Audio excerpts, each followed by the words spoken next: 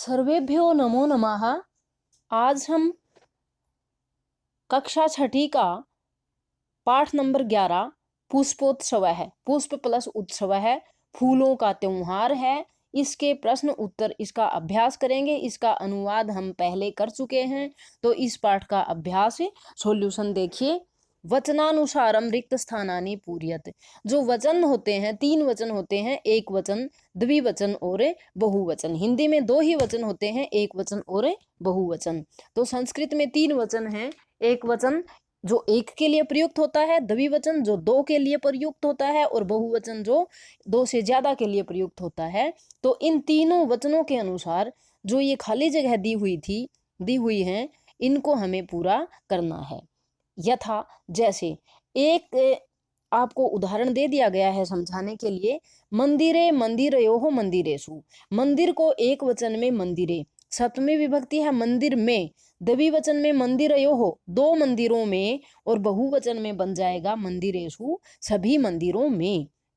अवसर, अवसर का एक वचन में बनेगा अवसरे, द्विवचन में बनेगा अवसरयोः, और बहुवचन में बनेगा अवसरेषु। एक वचन में जो स्थलयोः में स्थल शब्द है उसका बनेगा स्थले, द्विवचन में दिया हुआ है स्थलयोः, और बहुवचन में स्थलेषु। दिवसे, दिन, दिवसे दिन में, एक वचन है इसलिए एक दिन में, द्विवचन में बनेगा दिवसयोः 2 दिन में, बहुवचन दिवसेषु सभी दिनों में। क्षेत्र, क्षेत्र का मतलब होता है खेत में, खेत। तो इसमें एक वचन में क्षेत्र का बनेगा क्षेत्रे खेत में, द्विवचन में बनेगा क्षेत्रयोः 2 खेतों में, बहुवचन में बनेगा क्षेत्रेषु सभी खेतों में या सभी खेतों पर। सप्तमी विभक्ति है, सप्तमी विभक्ति का जो चिन्ह होता है वो होता है में या फिर पर। आगे है वैजने, वैजन का मतलब होता है पंखा, वैजने एक वचन में, द्विवचन में वैजनयोः, और बहुवचन में वैजनेषु। अब अगला है पुष्प, फूल, पुष्पे, एक वचन में पुष्प का बनेगा पुष्पे, द्विवचन में बनेगा पुष्पयोः, और बहुवचन में बनेगा पुष्पेषु। दूसरा प्रश्न है कोष्ठकेषु प्रदत्त शब्देषु। कोष्ठकेषु जो ब्रैकेट है, इनके अंदर जो ये शब्द दिए हुए हैं, इनमें समुचित पदम चित्वा, 2 शब्द दिए हुए हैं, उनमें जो ठीक पद है उसको चुनकर रिक्त स्थानानि पूर्यत, खाली स्थान भरने हैं। तो देखिए, बहवः उत्सवाः सन्ति, बहुत सारे त्योहार होते हैं।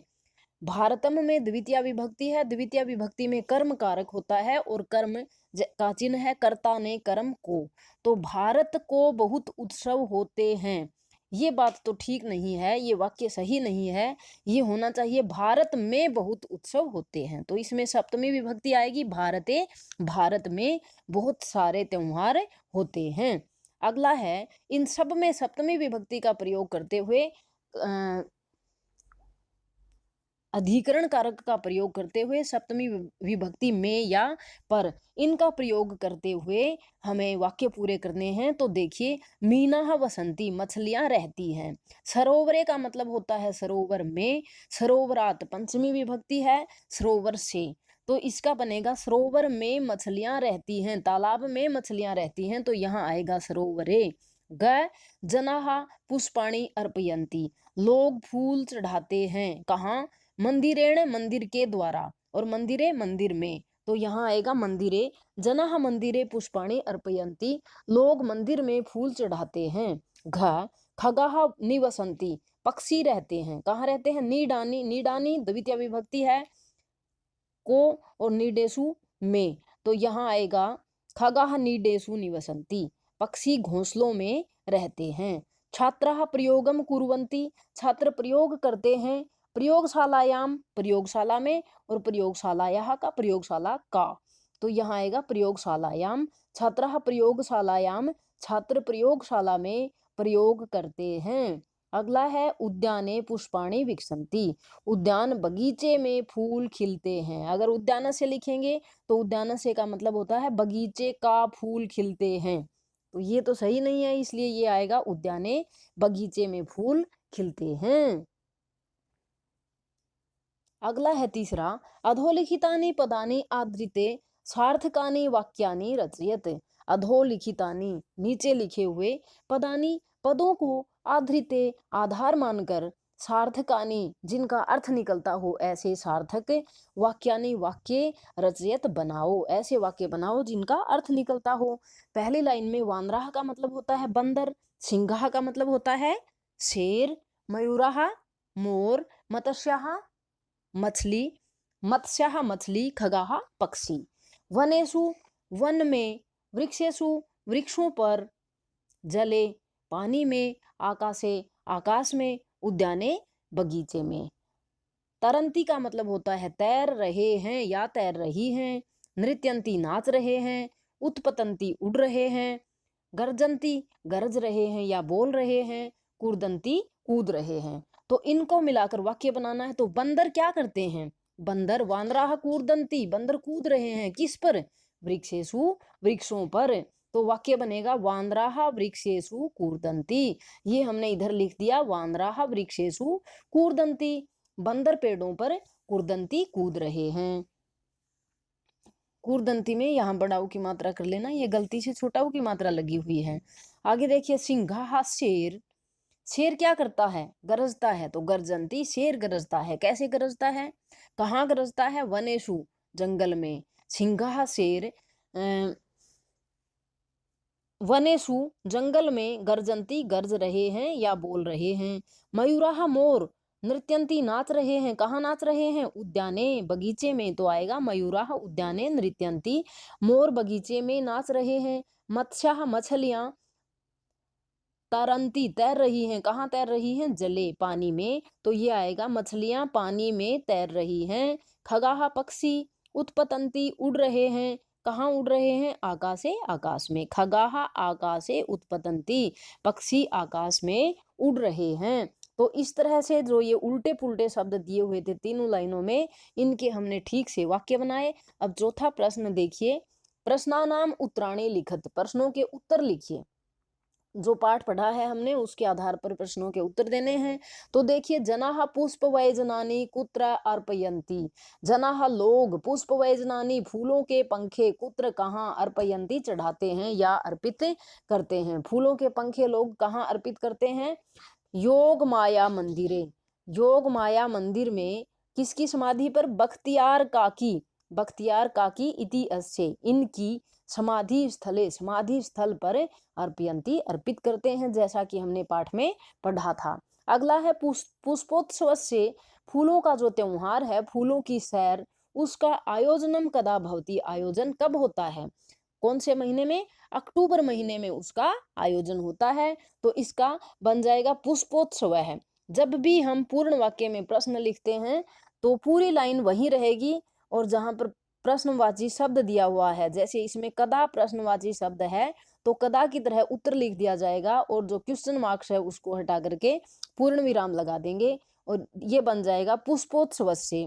तो यहाँ भी उत्तर में पुष्पोत्सव से लिखेंगे, आयोजनम का आयोजनम हो जाएगा, और कदा की जगह होगा अक्टूबर मासे, भवती भवती क्वेश्चन मार्क्स को पूर्ण विराम में बदल देंगे। ये बन जाएगा पुष्पोत्सव से आयोजनम अक्टूबर मासे भवती, पुष्पोत्सव फूलों के त्योहार का आयोजन अक्टूबर के महीने में होता है। अगला है अस्माकं भारत देशः कीदृशः अस्ति, अस्माकं हमारा, भारत देशः भारत देश, कीदृशः अस्ति कैसा है, हमारा भारत देश कैसा है। तो पाठ में बताया गया था त्योहारों से प्रेम करने वाला, उत्सव प्रिय है। तो हम इसका उत्तर लिखेंगे तब प्रश्न वाली लाइन में कीदृशः की जगह उत्तर लिखेंगे, बाकी पूरी लाइन यही लिखेंगे, अस्माकं भारत देशः कीदृशः, यहाँ उत्तर आएगा, यहाँ लिख देंगे उत्सव प्रिय है, अस्ति का अस्ति ही रहेगा, और जो प्रश्नवाचक चिन्ह है उसका बन जाएगा पूर्ण विराम। तो ये बनेगा अस्माकं भारत देशः उत्सव प्रिय है अस्ति, हमारा जो भारत देश है वो उत्सव प्रिय है। अगला देखिए, घ पुष्पोत्सवः केन नामना प्रसिद्धः अस्ति, पुष्पोत्सवः फूलों का त्योहार, केन नामना किस नाम से, प्रसिद्ध है अस्ति प्रसिद्ध है। तो किस नाम से प्रसिद्ध है, जो पाठ में हमने पढ़ा था, फूल वालों की सैर। पुष्पोत्सवः पुष्पोत्सव, केन की जगह हम लिख देंगे फूल वालों की सैर, इति और नामना प्रसिद्ध है अस्ति, इस नाम से प्रसिद्ध है। मेहरौली क्षेत्रे अगला है मेहरौली क्षेत्र में कस्या मंदिरम, किसका मंदिर है? कस्य समाधि स्थलम च। जो च लगा होता है लास्ट में उसको हम बीच में बोलेंगे, जो संस्कृत का च हिंदी का और होता है।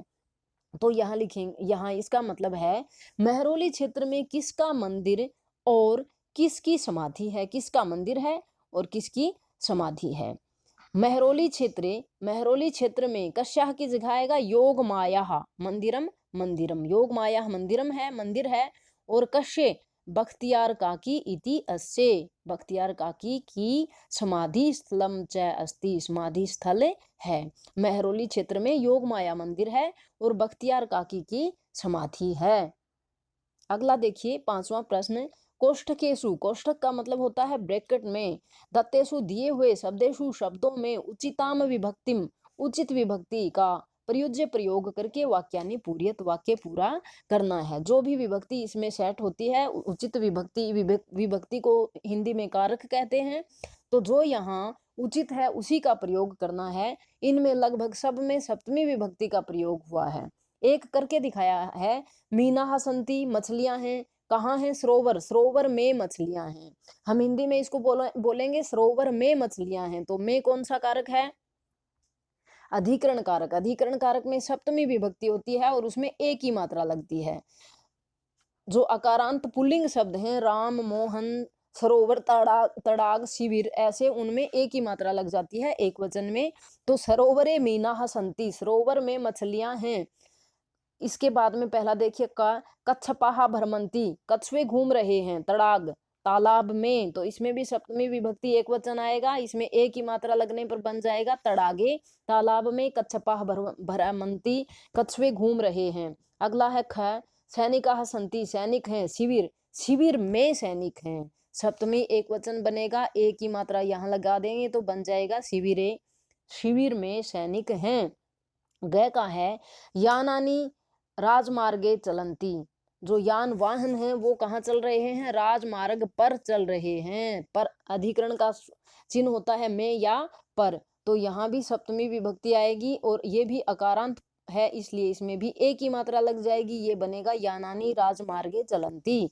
अगला है धरा, धरा आकारांत स्त्रीलिंग है, रमा की तरह इसका शब्द चलता है, तो रमा की सप्तमी होती है रमायाम, रमयोः, रमासु, तो इसमें आएगा धरायाम। धरती पर रत्नानि सन्ति, रत्न हैं या धरती में रत्न हैं। क्रीड़ा क्षेत्र ये भी अकारांत है तो एक ही मात्रा लग जाएगी और ये बनेगा बालाहा, बच्चे क्रीड़ा क्षेत्र, खेल के मैदान में, क्रीडंती खेल रहे हैं, बच्चे खेल के मैदान में खेल रहे हैं। तो इस पूरे जो पूरा प्रश्न है इसमें सप्तमी विभक्ति का प्रयोग करते हुए वाक्य पूरे किए गए हैं। अगला देखिए मंजूस आता है, मंजूस आता है, ये जो कॉलम दिया हुआ है, ये जो बॉक्स दिया गया है, इसको संस्कृत में मंजूसा बोलते हैं। मंजूसा में तालिका में पदानी चित्वा, तालिका से पदों को चुनकर रिक्त स्थानानि पूर्यत, फिर से खाली जगह जो है, जो खाली स्थान है उनको भरना है। पुष्पेशु फूलों पर, गंगायाम गंगा में, विद्यालय विद्यालय में, वृक्षयोः वृक्षों पर, वृक्षयोः वृक्षों पर या वृक्षों पर या वृक्षों के, उद्यानेषु उद्यान में, बगीचों में। अब देखिए वयम पठामः, हम पढ़ते हैं, कहाँ पढ़ते हैं? पुष्पेषु फूलों में तो हम पढ़ते नहीं है ना, गंगा में पढ़ते हैं, तो कहाँ पढ़ते हैं? विद्यालय, विद्यालय में, तो इसमें आएगा विद्यालय। जनाः भ्रमन्ति, लोग घूमते हैं, इसमें भी फूलों पर लोग नहीं घूमते, गंगा में भी नहीं घूमते, तो कहाँ घूमते हैं? पेड़ों पर नहीं घूमते, उद्यानेषु बगीचों में, पेड़ बगीचे में लोग घूमते हैं। नौकाः सन्ति, नौका कहाँ है? गंगायाम, गंगा में नाव हैं। भ्रमराः गुंजन्ति, भ्रमरे गुंजन कर रहे हैं, कहाँ पर? पुष्पेषु फूलों पर। अगला है फलानि पक्वानि सन्ति, फल पके हुए हैं, कहाँ पके हुए हैं? वृक्षयोः वृक्षों के फल या वृक्षों पर फल पके हुए हैं। तो इस तरह से इसके जो पूरे अभ्यास के जो प्रश्न थे वो हमने कर लिए। आशा है कि आपको समझ में भी आ गए होंगे। अब हम अगली वीडियो में अगला पाठ करेंगे 10वें त्वम असि, 10वें तुम हो, इसका हिंदी अनुवाद करेंगे। तो अगले पाठ को देखने के लिए हमारी वीडियो देखिए और यदि आपको यह वीडियो पसंद आया है तो ज्ञान क्षेत्र चैनल को सब्सक्राइब कीजिए। वीडियो देखने के लिए धन्यवाद।